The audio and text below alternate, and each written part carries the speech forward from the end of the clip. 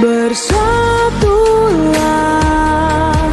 Indonesia, jangan pernah terpecah belah. Walau kita berbeda, walau kita tak sama, Radio Republik Indonesia, kita Indonesia sesungguhnya.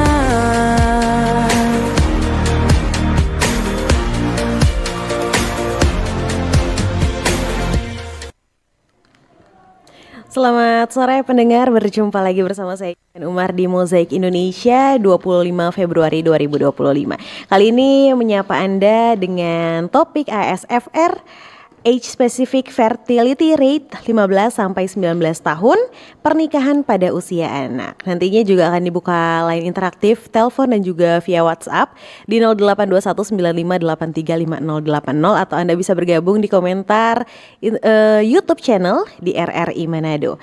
Dan telah bersama saya hadir narasumber ganteng-ganteng kita di sini. Ada Koba L.A. Paul, Sarjana Farmasi Apoteker, benar ya Kak ya? Betul. Dari BKKBN, dan juga sebagai Ketua Tim Kerja Ketahanan Keluarga, benar ya Kak ya? Selamat sore Kak, terima kasih udah datang di hujan-hujan seperti ini. Dan juga selain ada Koba, ada juga Kak Eukaristio Yululano, benar ya Kak ya? Iya, betul Kak. STH, dengan sebagai jabatan juga Ketua FGI atau Forum Genre Sulawesi Utara. Genre sendiri kalau boleh tahu apa sih Kak? Genre itu biasanya kalau di genre kita sebutnya pakai G, bukan Z, karena kalau Z itu identik dengan musik. Tapi kalau di genre itu genre karena singkatannya dari generasi berencana. Artinya ini anak-anak muda yang merencanakan masa depannya sebaik mungkin. Oke, baik. Jadi bukan genre ya, genre FGI atau FGI. Oke, ini kita ngomongin mengenai ASFR atau Age Specific Fertility Rate, di mana 15-19 tahun adalah pernikahan pada usia anak. Banyak sekali kalau misalnya sebutan di masyarakat itu pernikahan dini ya. Iya. Dari dulu sampai sekarang pernikahan dini itu sering terjadi. Tapi sebenarnya untuk saya sendiri orang awam kan tidak tahu ya data-datanya. Nanti kita bisa tanya-tanya sama Kak, gak bingung gitu ya, ASFR itu apa sih? Kalau bisa dijawab Koba gimana? Iya. Baik, jadi kalau ASFR itu singkatannya dari bahasa Inggris. Bahasa Inggrisnya Age Specific Fertility Rate. Jadi ASFR ini adalah angka kelahiran yang berdasarkan umur di sini. Makanya kan ada age. Jadi yang akan kita bahas di sini maksudnya adalah ASFR yang umur 15 sampai 19 tahun. Beda kalau misalnya kita ngomongin TFR itu sudah keseluruhan. Tapi ASFR hanya spesifik yang akan dibicarakan yaitu umur 15 sampai 19 tahun. Oke. Kalau misalnya cara menghitungnya? Nah, jadi ASFR sendiri itu pengertiannya begini. Jadi setiap 1000 perempuan yang melahirkan. Jadi misalnya ASFR itu angkanya 10.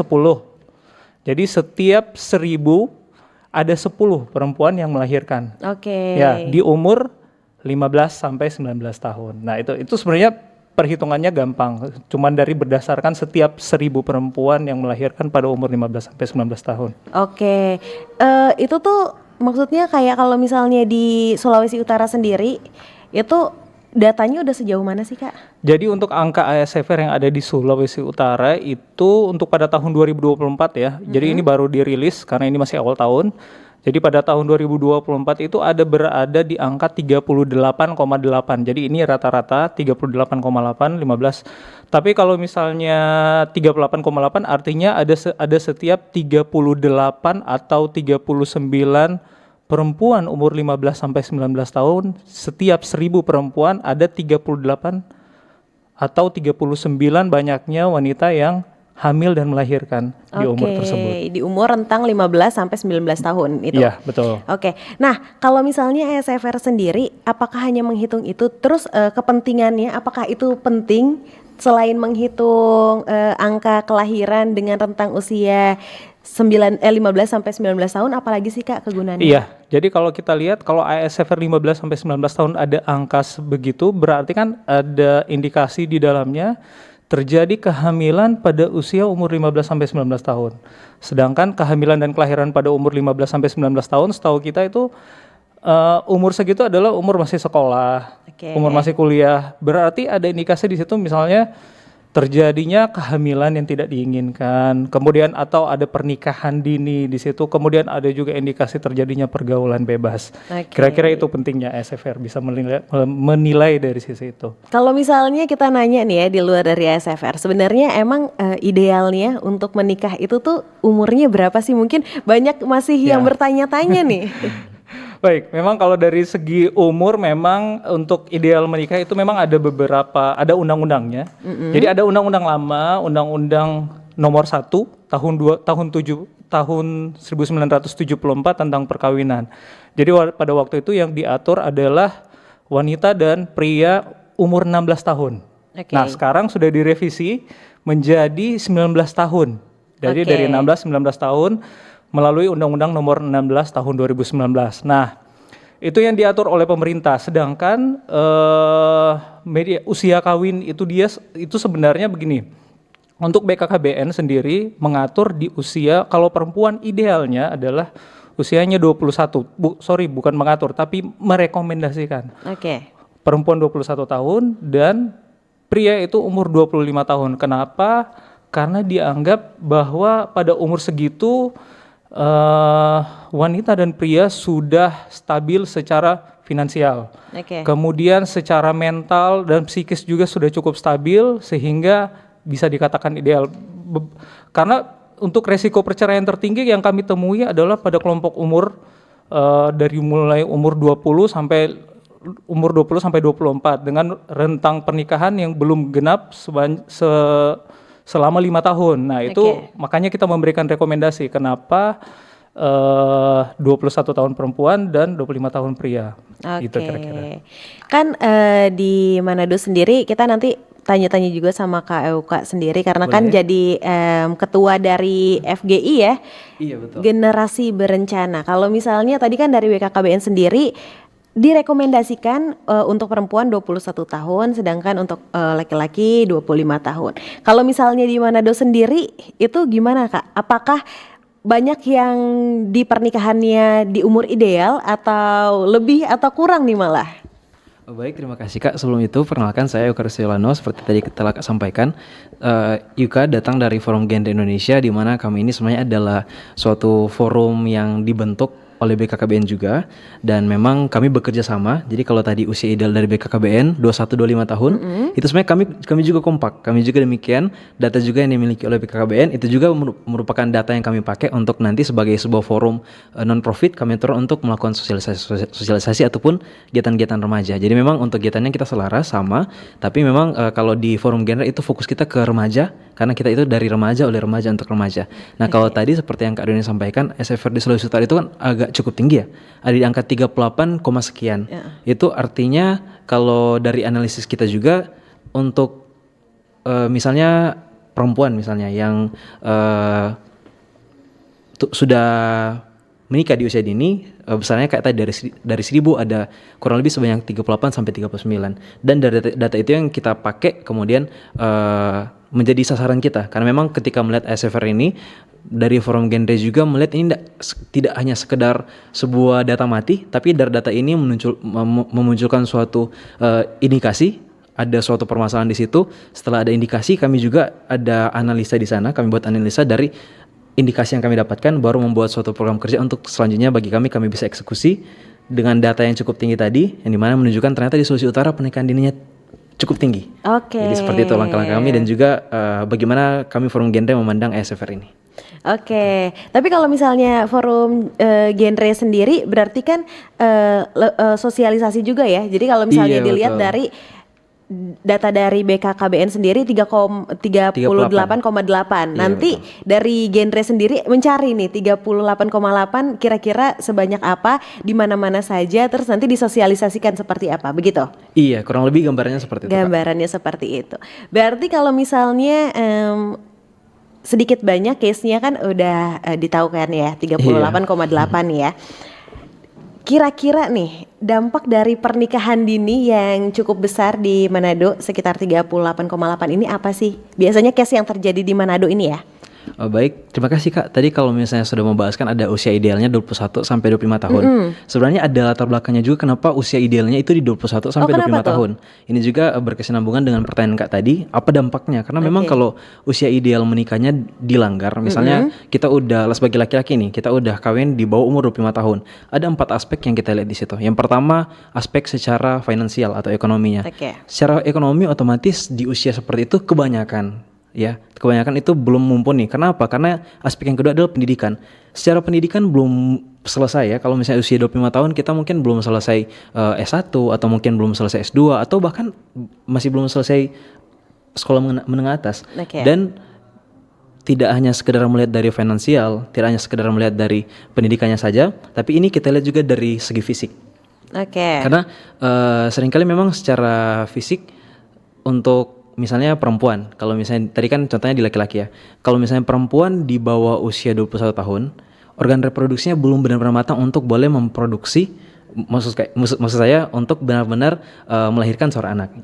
Saya koreksi ya kata saya tadi, belum matang dan belum dianjurkan. Itu sangat beresiko, bisa membuat atau bisa menjadi korban bagi anaknya, pun juga bisa menjadi korban bagi ibunya nanti. Dan yang juga tak kalah penting dari keempat aspek ini tadi kan udah 3 ya, udah ada finansialnya, pendidikannya, kemudian fisiknya, dan yang ketiga ini adalah soal mentalnya atau soal psikologinya, belum siap atau belum mampu untuk misalnya sebagai seorang pria. Kalau misalnya di bawah usia 25 tahun, kebanyakan pria masih labil, belum bisa baik untuk membimbing keluarga. Jadi yang ditakutkan ketika rata-ratanya di usia 25 tahun laki-laki udah membina keluarga, nanti kayak ada permasalahan kecil dan tidak mampu untuk menampung permasalahan tersebut, akhirnya bisa lari ke KDRT atau mungkin bisa ada perselisihan yang akhirnya berujung pada perceraian. Dan dampak-dampak ini yang terjadi di Sulawesi Utara juga, karena tidak jarang di Sulawesi Utara di usia 25 tahun ada yang nikah dini, kemudian ada KDRT karena mungkin belum tahu kayak apa dampak KDRT, kan belum ada pembimbingan secara khusus, jadi akhirnya melakukan yang tadi namanya KDRT. Dan banyak juga di Sulawesi Utara yang menikah di usia dini, pada akhirnya ketika belum mapan secara finansial, akhirnya kepala keluarga yang seharusnya menafkahi anak-anaknya dan juga keluarganya kesusahan untuk menafkahi anak-anak maupun juga keluarganya. Ini bisa menjadi suatu celah kemiskinan yang baru, dan tentu saja ini bakal membuat nanti ada kayak pinjaman-pinjaman yang banyak di mana-mana, dan membuat tentu saja ekonomi kita secara bersama-sama bakal terdampak juga karena pernikahan dini ini. Jadi memang separah itu kalau memang kita cuek terkait angka SFR ini. Demikian Kak. Memang memang separah itu dan juga serelate itu, karena ternyata dari bagaimana perencanaan kita mengenai pernikahan, umur berapa perencanaannya itu tuh bergantung ke nasib kita selanjutnya ya jadinya. Oke, baik para pendengar, seru sekali tentunya untuk topik pada sore hari ini. Tapi kita tahan dulu, kita akan ngobrol-ngobrol lagi di sesi berikutnya. Jadi jika Anda ingin bertanya atau memberikan pendapat, saran, bisa sekali di line telepon atau line WhatsApp di 0821 9583 5080 atau di kolom komentar YouTube channel RRI Manado. Kita akan ngobrol-ngobrol dengan Koba dan juga Euka, tapi tahan dulu, kita break sejenak.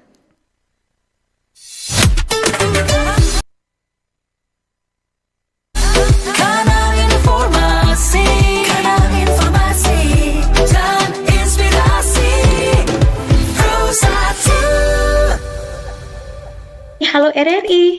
Halo RRI. Iya, halo RRI. Kami semua bisa sampaikan semua keluhan masalah atau informasi melalui SMS, WhatsApp, dan media sosial secara langsung di 0816 16 12 121 setiap hari Senin dan Jumat pukul 10 pagi sampai pukul 11 siang waktu Indonesia Tengah.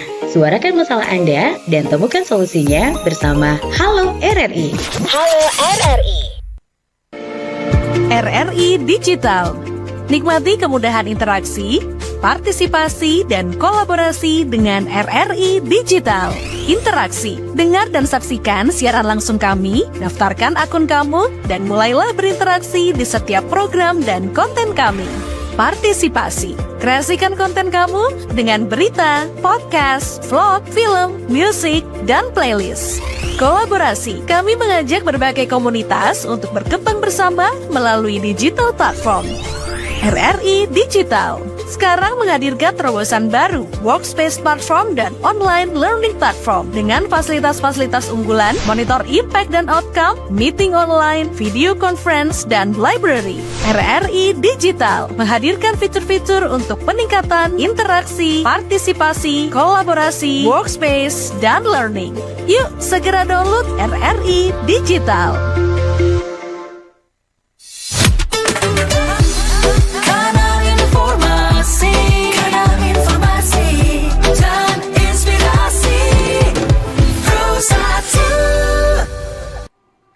Baik pendengar, berjumpa lagi bersama saya Jihan Umar dan tentunya ada Koba dan juga Euka. Tadi sudah sedikit banyak juga kita ngobrol-ngobrol mengenai ASFR dan juga pernikahan dini. Tadi sebenarnya bukan sedikit juga sih, banyak sekali dampaknya yang terjadi sudah disampaikan juga oleh Euka sebagai ketua FGI gitu ya. Sekarang kita tanya mengenai faktor penyebabnya, karena kan biasanya penyebabnya tidak hanya karena cinta gitu ya, karena banyak faktor. Kira-kira Kak Koba bisa menjawabnya? Ya, baik. Jadi untuk penyebab pernikahan dini itu biasanya karena ada beberapa faktor. Beberapa faktor itu yang pertama itu ekonomi.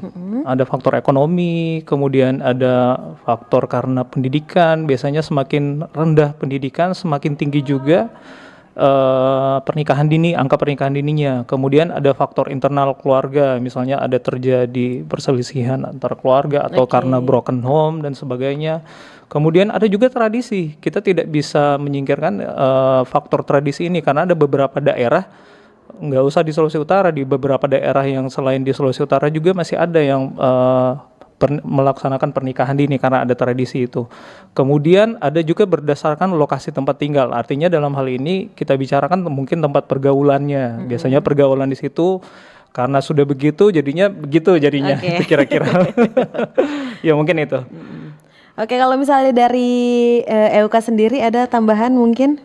Baik, tadi sudah cukup luas yang Kak Dini sampaikan. Tadi Eko mencatat ada ekonomi, pendidikannya juga, internal keluarga, tradisi dan lingkungan. Ini lebih ke case aja yang kami dapatkan karena kebetulan kami juga di Forum Genre Indonesia Sulawesi Utara. Kami juga sebagai wadah konseling bagi remaja-remaja di Sulawesi Utara secara online ataupun secara langsung, di mana ada case-case yang kami dapati kenapa harus dinikahkan di usia dini. Karena kebanyakan terjadi yang namanya MBA atau Married by Accident, di mana sudah hamil di luar nikah. Atau KTD, kehamilan tidak diinginkan, dan pada ujungnya karena sudah seks bebas dan seks bebas pun tanpa pengaman, akhirnya yang perempuan si ibu udah mengandung, mau tidak mau sudah harus dinikahkan. Karena memang kalau di Sulawesi Utara ya, apalagi kalau misalnya yang beragama Kristen misalnya, tapi ini juga berlaku untuk yang lain bagi Ika. Kalau serasanya kalau misalnya udah hamil di luar nikah udah sangat sangat melakukan suatu perbuatan yang keji, maka udah harus langsung dinikahkan biar nggak semakin jadi aib keluarga. Biasanya ceritanya jadi gitu. Jadi dengan adanya kasus seperti KTD tadi, kehamilan tidak diinginkan, akhirnya keluarga mengambil keputusan harus segera dinikahkan. That's why ada begitu banyak kehamilan di usia dini yang terjadi. Yang dimana kalau kita lihat sebagian besar itu terjadi karena sudah ada kasus KTD. Makanya kenapa baik BKKBN pun juga kami dari Forum Genre gencar juga tidak sekedar mensosialisasikan soal usia ideal menikah 21-25 tahun, tapi kami juga ingatkan yang menjadi permasalahan kenapa usia 21-25 tahun sering dilanggar adalah karena perilaku seks di luar nikah tadi. Jadi ini yang biasa menjadi alasan kenapa ada ASFR yang tinggi di usia 15-19 tahun di Sulawesi Utara kalau kita lihat by case. Oke, tadi dari Euka sendiri juga udah kasih tahu gitu ya ke pendengar dan juga pemirsa itu tuh mengenai kenapa nggak boleh di umur yang tidak ideal tapi untuk laki-laki gitu ya. Iya. Nah, untuk ibu dan anak dampaknya nih yang terjadi biasanya case-nya bagaimana dan dampaknya seperti apa nih Kak Koba? Boleh dijelaskan nggak? Baik, jadi memang dampak untuk ibu dan anak biasanya kalau umur 15 sampai 19 tahun tadi itu sebenarnya sudah ada penjelasan tambahan tadi mau saya tambahkan tapi pas ada pertanyaan ini juga.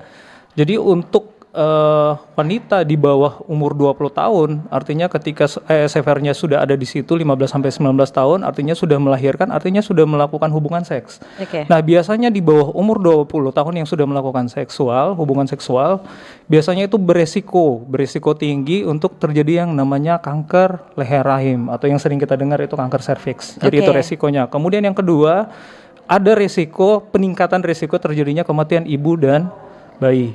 Kemudian yang ketiga ada peningkatan terjadinya bayi lahir prematur. Jadi memang Oke. cukup banyak. Kemudian yang terakhir, hasil penelitian di 55 negara yang berpendapatan menengah dan rendah menunjukkan adanya korelasi atau hubungan antara ibu yang saat melahirkan dengan angka kejadian stunting.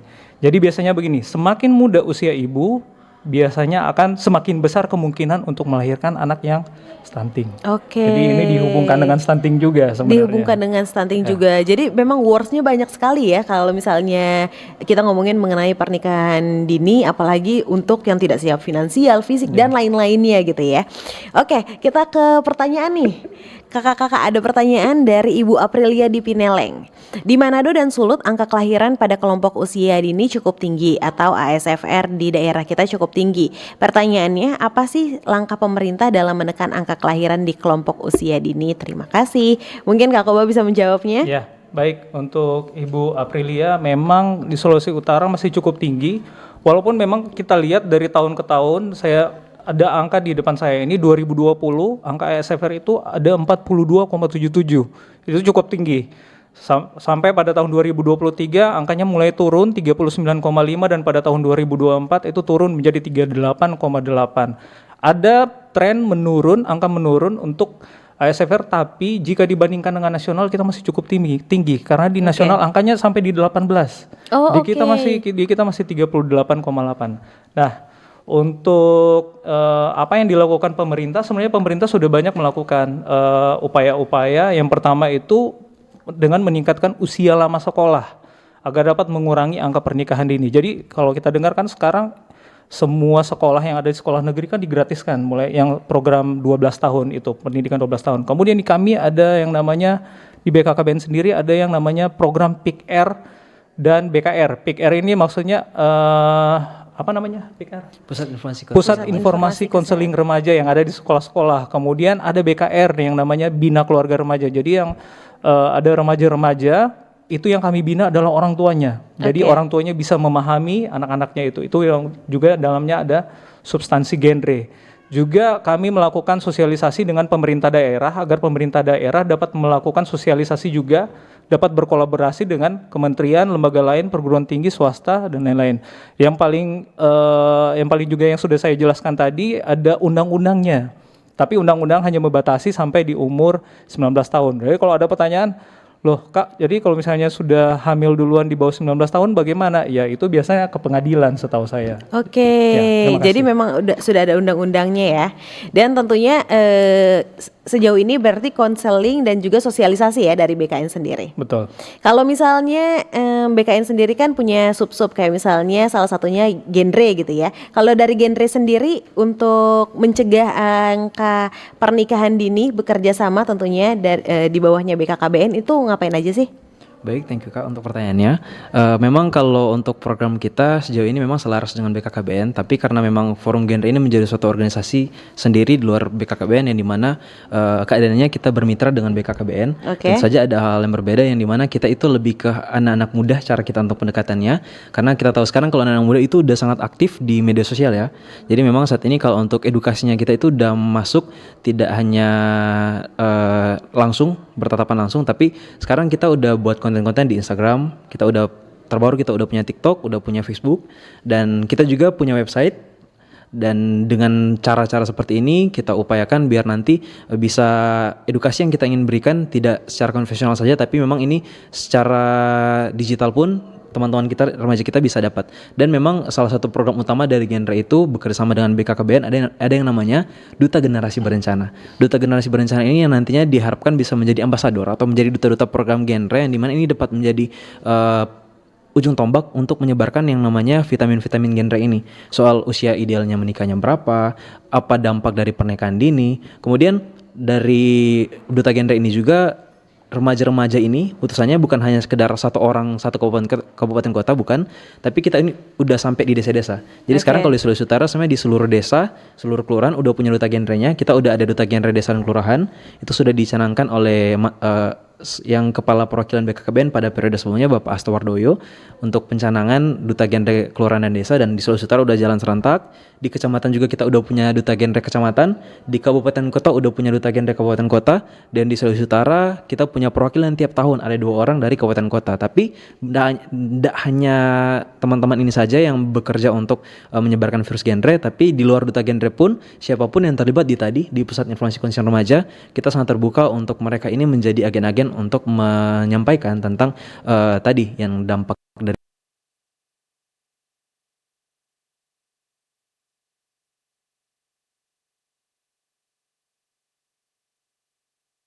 sebagai relawan-relawan ya tanpa dibayar. Mereka berusaha untuk menyebarkan yang tadi edukasi-edukasi, entah mungkin lewat pertemuan di gereja, di masjid, di sekolah-sekolah, atau di lingkup-lingkup PIKR dimanapun yang PIKR ini bisa bertumbuh. Bahkan sampai di kampus-kampus kita ada, di PIKM di Unsrat ada, di IAIN juga ada. Jadi seperti itu. Seluruh lini masyarakat ya Iya, selagi kita bisa masuk, kita berusaha masuk. Iya. Jadi memang dari BKKBN dan juga dari genre sendiri itu sosialisasi gitu ya, sosialisasi. Terus juga ada beberapa program kayak misalnya dari BKKBN sendiri, PIKR dan juga BKRR ya, benar ya. Oke, untuk Anda yang ingin ikutan bergabung bisa di 082195835080 atau di kolom komentar YouTube channel RRI Manado. Nah, tadi kan kita udah ngomongin mengenai sosialisasinya ya.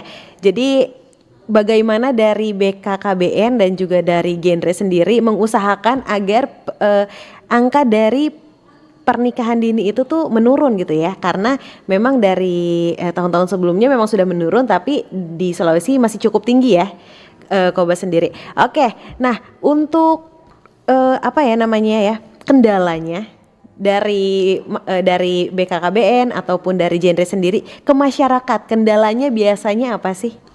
Saat sosialisasi atau saat ada kegiatan untuk melakukan sosialisasi gitu-gitu, ada nggak sih kira-kira? Boleh dari Koba dulu. Oh, baik. Jadi kalau dari kami biasanya kalau kami melakukan sosialisasi di lapangan, biasanya kalau turun di lapangan yang menjadi kendala itu biasanya kurangnya partisipasi. Nah, kalau di lapangan biasanya yang hadir tidak terlalu banyak, kurang partisipasi. Tapi sebenarnya kendala-kendala itu tidak bisa kita jadikan suatu tidak bisa bergerak. Karena sudah ada teknologi kan sekarang. Jadi karena kurangnya partisipasi, kita juga masih menggunakan seperti kata Euka tadi, bahwa kita menggunakan Instagram Live, kemudian kita menggunakan YouTube. Nah, kurangnya partisipasi itu juga bisa dilakukan dengan kita melakukan sosialisasi masif dengan adanya yang namanya, itu yang tadi sudah dijelaskan oleh Pak Euka tadi, kita ada yang namanya genre duta genre ya. Duta genre kita melakukan sosialisasi biar mereka tertarik adalah dengan cara bahwa untuk duta-duta genre ini kita lakukan semacam kompetisi biar rame kan. Kita bikin kompetisi antar kabupaten kota. Jadi di kabupaten ada kompetisinya masing-masing. Setiap juara dari kabupaten kota kemudian akan diutus ke provinsi, dari provinsi kemudian akan diutus ke nasional. Jadi sebenarnya kendala-kendala ini sebenarnya bisa kami atasi juga, tapi kendala yang dihadapi kira-kira memang itu. Oke, itu dari BKKBN. Kalau misalnya dari genre sendiri bagaimana? Ya, terima kasih Kak. Kalau dari genre sendiri, memang kalau genre kita kan sebagai organisasi non-profit ya. Tapi memang walaupun organisasi non-profit, kita berusaha untuk melebarkan target kita sebesar-besar mungkin. Dan puji Tuhan ya, kalau untuk genre saat ini di tiap kabupaten kota kita udah punya forumnya. Walaupun yang lain baru berbentuk perwakilan dari forum genre. Entah mungkin di Kota Manado, bahkan sampai di Kepulauan Sitaro, Kepulauan Sangihe, Kepulauan Talaut. Di area Bola Mongondo juga, Bolmong, Bolmut, Bolsel, Boltim, Kota Bagu, kami juga udah punya forum di sana semuanya. Walaupun yang lain ya seperti yang saya bilang tadi masih ada yang berupa perwakilan forum genre, tapi itu tetap menjadi suatu tantangan ketika kami hendak menyebarkan virus genre atau program genre ini. Karena jarak ini bagi kami anak-anak muda yang sebagiannya belum bekerja, masih sementara meniti karir, ada yang sedang dalam pendidikan, itu agak sulit untuk boleh menjangkau seluruh daerah ini.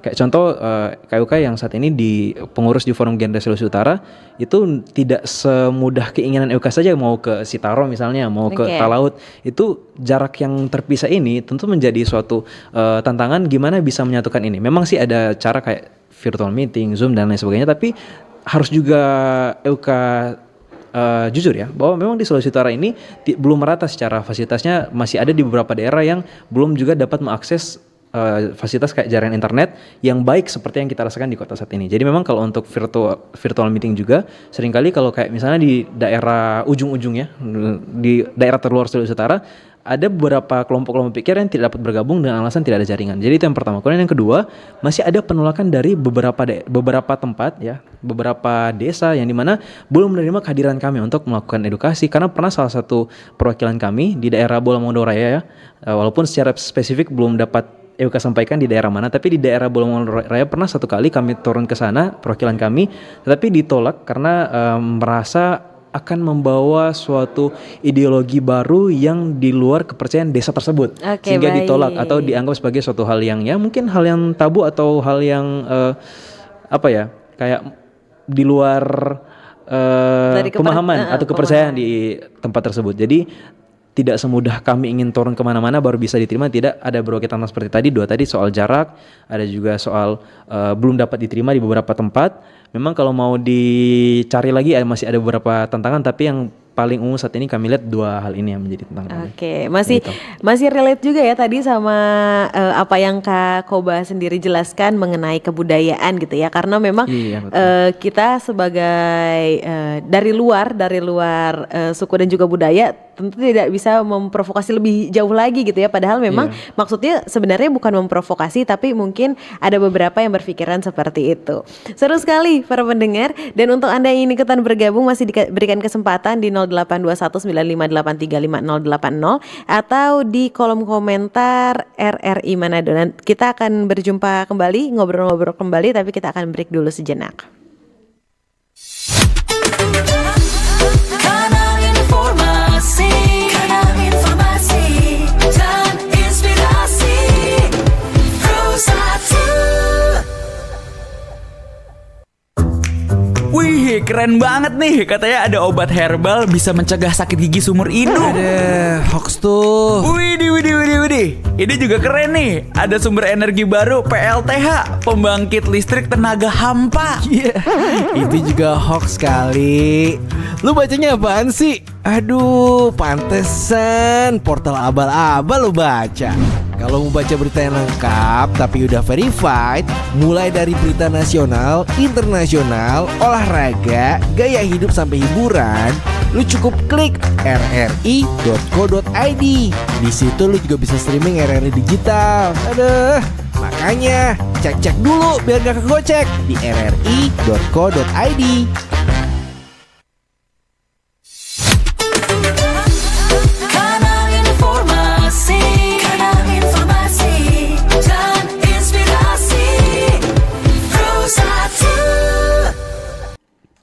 Baik, hadir bersama dengan Jihan di Musik Indonesia tentunya dengan Koba dan juga EUK. Di sini tadi ada pertanyaan dari Gio di Wonasa. Bagaimana cara pasangan beda agama menjaga keharmonisan hubungan mereka terkait perbedaan keyakinan? Apakah nantinya akan ada hal-hal yang mempengaruhi ke pernikahan dini nih? Ya. Baik. Jadi memang pertanyaannya dari saudara Gio ya, itu memang itu mungkin agak berat buat kami pertanyaannya karena tidak ada dalam tugas dan pekerjaan kami sehari-hari ya. Jadi baik, jadi mungkin kalau saya menjelaskan mungkin lebih ke persepsi sendiri ya, tidak mewakili. Mohon maaf sekarang saya juga sosialisasi bahwa kami sudah menjadi Kementerian Kependudukan dan Pembangunan Keluarga, Kemenhub Bangga / BKKBN. Jadi untuk jawaban ini saya tidak mewakili dari institusi, tapi mungkin kalau ditanya bagaimana cara pasangan beda agama, karena saya tidak beda agama juga dengan istri saya. Jadi sebenarnya, jadi mungkin yang kita mungkin yang menjadi buat Gio adalah kita boleh mengambil contoh dari dari masyarakat sekitar atau dari orang-orang yang sudah sebelumnya sudah ada pasangan beda agama, mungkin bisa belajar dari mereka. Yang penting intinya kan adalah bagaimana kita punya rasa toleransi yang tinggi, rasa terhadap pasangan itu bahwa kita saling mengerti antar pasangan. Oke. Ya mungkin sepintas itu. Kalau mau lebih saya nggak berani. Kalau mau lebih. Karena tidak sejauh ini tidak ada relasi ya antara beda agama dan juga antara pernikahan ini. Pernikahan. Oke, baik. Kita akan menerima telepon dulu. Selamat sore. Halo, selamat sore. Ya, dengan apa di mana? Boleh dikerasin lagi suaranya? Dari Atin di Buha. Atin di Buha. Langsung ke pertanyaannya. Ya. Dengan Jihan ya? Iya, betul. Halo? Iya? Ya, ini dengan Jihan ya? Iya, betul. Oh ya. Saya sangat tertarik dengan pokok bahasan sore ini di Mosaik Indonesia. Ada nggak perbandingan dari kawan-kawan komunitas genre dan juga dari DKKBN kalau tidak salah, mohon maaf kalau keliru, bahwa ketika kita membandingkan negara kita dengan negara-negara maju yang teknologi digitalnya lebih barangkali ya lebih maju dari kita, tapi kok angka kelahirannya rendah. Saya contohkan saja Singapura, Jepang, Korea itu malah dianjurkan untuk memperoleh anak gitu. Tingkat kesuburannya sangat rendah. Sementara di negara kita itu tingkat kesuburannya atau angka kelahirannya itu tinggi sekali kalau saya tidak keliru ya. Ada enggak perbandingan ini sehingga kita bisa masuk atau mengintervensi penyebab-penyebab ini dari mana ya, seperti tadi misalnya dari segi adat istiadat, dari pergaulan dan sebagainya. Sehingga adakah enggak dari komunitas genre untuk melakukan terobosan-terobosan itu sehingga bisa menekan itu angka ASFR-nya. Kalau tidak salah specific rate ya, fertility rate ya, supaya menekan angka pernikahan dini sehingga penyebabnya adalah tingkat kelahiran itu semakin tinggi, angka stuntingnya tinggi, kemudian masalah-masalah ibu melahirkan dan bayi baru lahir itu sangat banyak.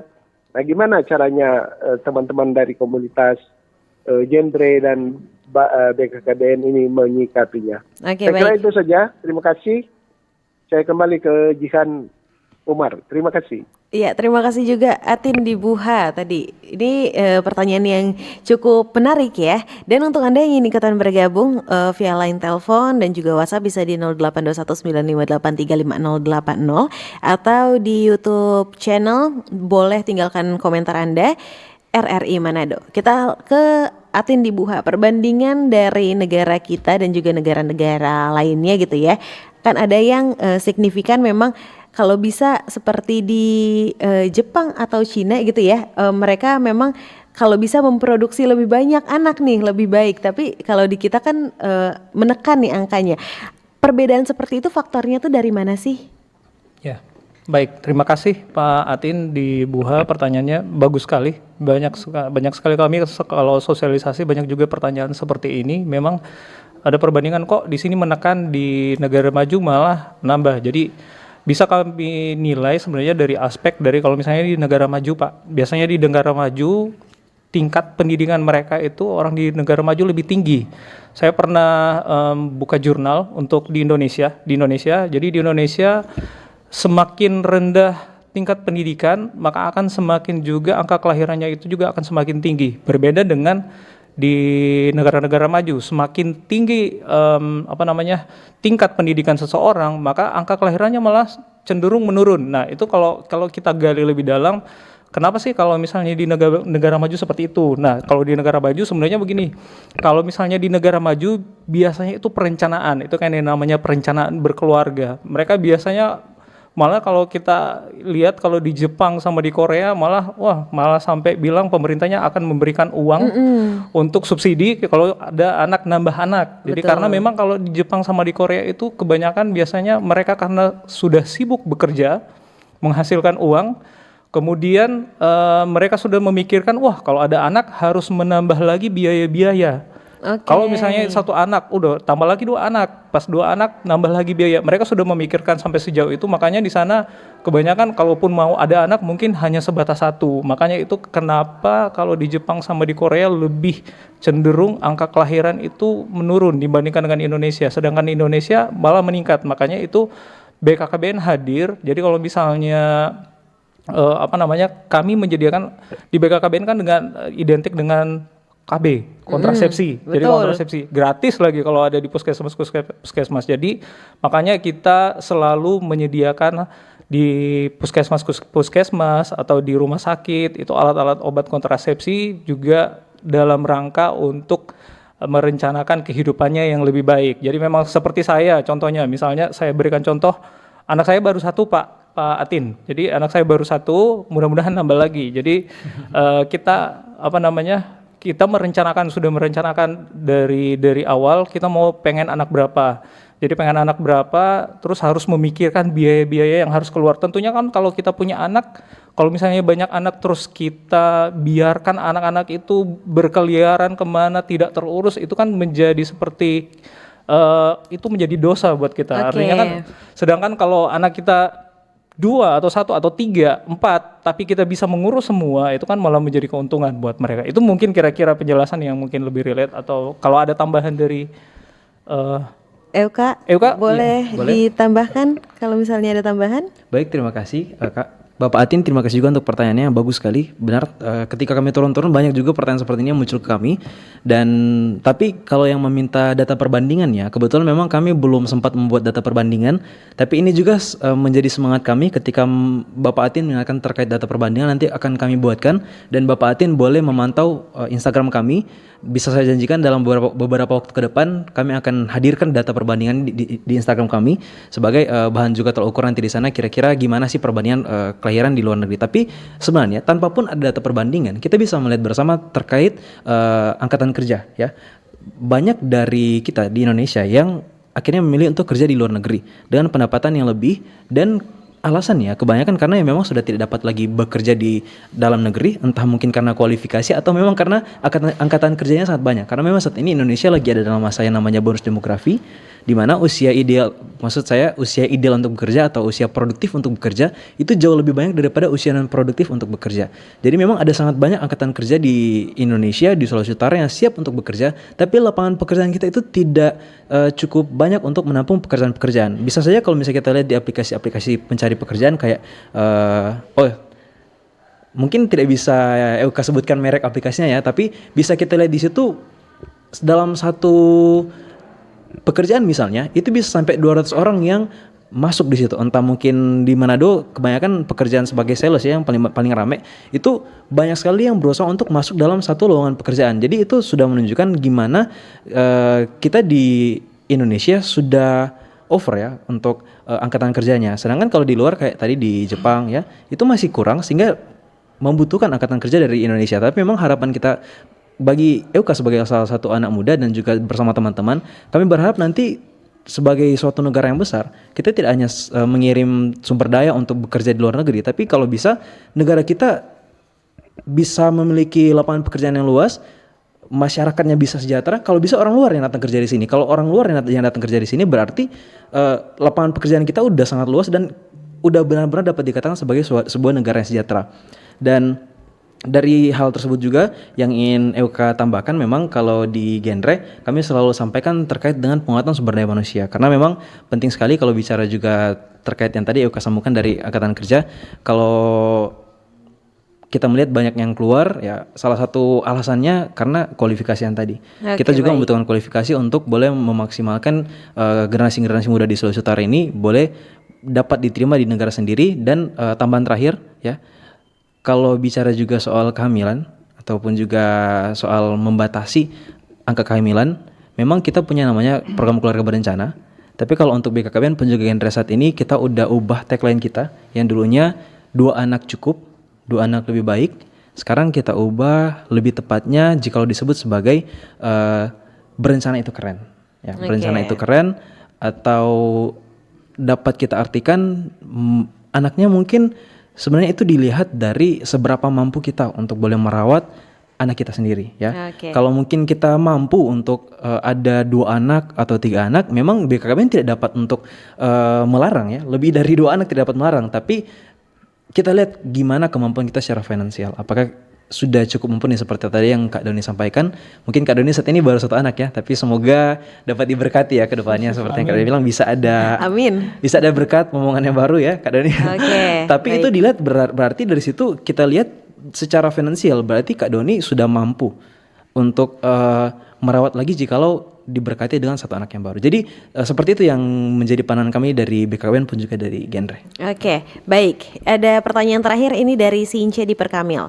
Dampak psikologis yang dapat dialami oleh anak menikah pada usia muda. Sebenarnya lebih ke apakah akan ada atau enggak? Boleh dari Kak Koba sendiri dijawab? Ya, baik. Kalau dampak psikologis tentu saja ada. Kalau dampak psikologis yang dialami oleh anak yang menikah pada usia muda. Jadi maksudnya ini sebenarnya dibagi.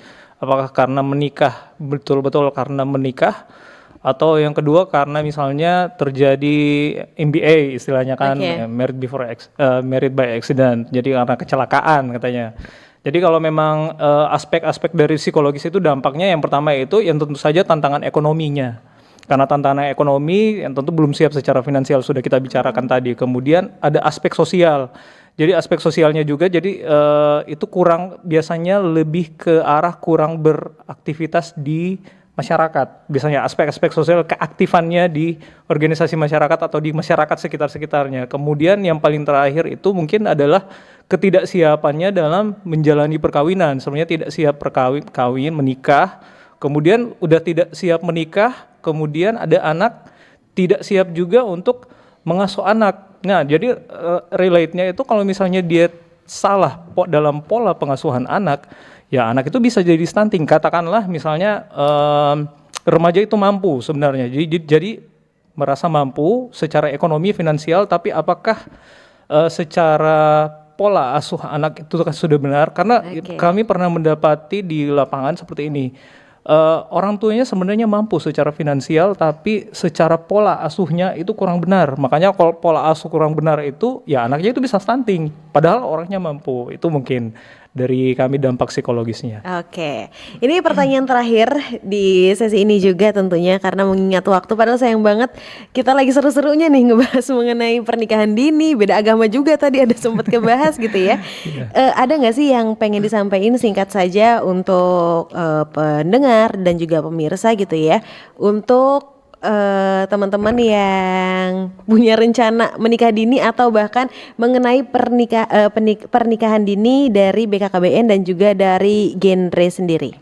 Baik, jadi kalau pesan saya ada 2 tujuannya. Yang pertama untuk remajanya sendiri, kemudian keluarganya sendiri. Kemudian kalau untuk remaja adalah kalian tingkatkan kemampuan kalian, tingkatkan inovasi kalian, kemudian meningkatkan menjadi remaja yang sehat, kemudian unggul, inovatif, dan produktif. Jadi kalau semua itu sudah bisa dilaksanakan, jadi karena adanya peningkatan karakter dan kompetensi remaja tersebut, itu merupakan modal dari kualitas SDM. Kalau semua SDM yang ada di Indonesia sudah mampu seperti yang tadi, kita suatu saat akan berkontribusi yang namanya sudah kita selalu dengar Indonesia Emas 2045. Jadi remaja-remaja sekarang kan nanti akan menjadi pemimpin nanti di 2045. Betul. Kemudian untuk bapak ibu yang memiliki anak remaja. Nah, ya biasanya bapak ibu yang memiliki anak remaja biasanya anak-anaknya itu lebih ke arah teman daripada ke orang tuanya kan, biasanya seperti itu. Nah, kalau boleh buat bapak ibu yang punya anak remaja, dekati anak-anak remajanya, menjadi dekat dengan remaja, memberikan mereka edukasi seperti apa dalam menjalani kehidupannya sehari-hari, menjadi lebih dekat dengan anak-anak remajanya sendiri. Mungkin itu dari saya. Oke, baik, terima kasih Koba. Beralih ke EUK ini ada nggak sih sedikit informasi atau ada yang pengen disampaikan gak sih untuk pernikahan dini dari genre itu sendiri? Baik, terima kasih kajiannya. Ini menjadi yang terakhir ya dari Yuka. Betul tadi yang tadi Kak Dona sampaikan, tapi di luar itu yang ingin Yuka juga ingatkan bagi teman-teman remaja ya di luar sana atau anak-anak muda di luar sana. Faktanya saat ini kita semakin sulit untuk mengejar karir kita. Kita semakin sulit untuk bersaing. Kita semakin sulit untuk mendapatkan pekerjaan yang mungkin bisa menjadi layak untuk diri kita. Karena memang persaingan sudah sangat ketat. Karena kebetulan Yuka telah merasakannya dan puji Tuhan saat ini udah mulai melewati masa-masa sulit tersebut. Tapi teman-teman, kualifikasi dalam pekerjaan itu saat ini semakin bertambah. Kalau bisa teman-teman, jangan sampai salah mengambil langkah yang kemudian menambah beban teman-teman untuk kemudian nanti boleh mencapai keluarga sejahtera. Jadi kalau misalnya teman-teman kayak berpikir nanti mau jadi keluarga yang sejahtera ya, jangan sampai teman-teman salah mengambil langkah dengan yang tadi kehamilan di luar nikah karena seks bebas di luar nikah. Maksudnya kehamilan yang tidak diinginkan karena seks bebas di luar nikah. Maka cobalah untuk berusaha menghindari hal tersebut karena ini yang menjadi akhir dari Yuka ya. Karena sekarang di anak-anak remaja lagi tren yang namanya kata-kata hari ini. Kata-kata hari ini Kak Yuka, bersenang-senang dengan pacar tersayang bisa sampai nanti, tapi menikah berkualitas dengan usia ideal hanya sekali. Paham? Paham. Demikian dari Kak Yuka. Oke, terima Ya, kasih. mungkin ada tambahan boleh? Boleh kata-kata hari ini juga. Ya, enggak kata-kata hari ini. Jadi buat teman-teman yang ada remaja yang di sekolah yang punya Pick R, akseslah Pick R yang ada di sekolah masing-masing. Jadi pusat informasi konseling remaja, permasalahan kalian bisa disampaikan di situ. Kemudian buat orang tua yang merasa bingung untuk berinteraksi dengan anak remaja mereka, boleh bergabung dengan Bina Ketahanan Remaja. Nah, Bina Ketahanan Remaja ini boleh ditanyakan di setiap kelurahan masing-masing. Di mana ada kelompok Bina Ketahanan Remaja, disitulah tempat orang-orang tua remaja saling berinteraksi. Kemudian mungkin ada nanti dari petugas lapangan kami yang akan memberikan semacam teori, kemudian semacam penyuluhan kepada orang-orang tua remaja bagaimana cara berinteraksi dengan anak remajanya. Terima kasih. Oke, terima kasih untuk Koba dan juga Yuka sudah hadir di sini sebagai narasumber hebat-hebat. Karena memang kalau misalnya ngomongin mengenai pernikahan dini, tidak hanya di Manado, Sulawesi Utara, tapi memang di Indonesia ini memang marak sekali terjadi pernikahan dini gitu ya. Entah itu dari faktor eksternal dan juga internalnya. Nanti siapa tahu kita bisa ngobrol-ngobrol lagi gitu ya dengan data terbaru tentunya dari BKKBN dan juga dari genre sendiri. Tapi sekali lagi terima kasih atas wawasan dan juga kebersamaannya. Dan itu dia pendengar Mozaik Indonesia edisi 25 Februari 2025. Saya Jian Umar dan atas seluruh kerabat kerja yang bertugas menyampaikan terima kasih dan juga serta Kepala Radio Republik Indonesia Bapak Nandang Supriyadi STMM sebagai penanggung jawab produksi. Kita berjumpa kembali di Mozaik Indonesia selanjutnya. Bersatulah Indonesia, jangan pernah terpecah belah. Walau kita berbeda, walau kita tak sama, Radio Republik Indonesia, kita Indonesia.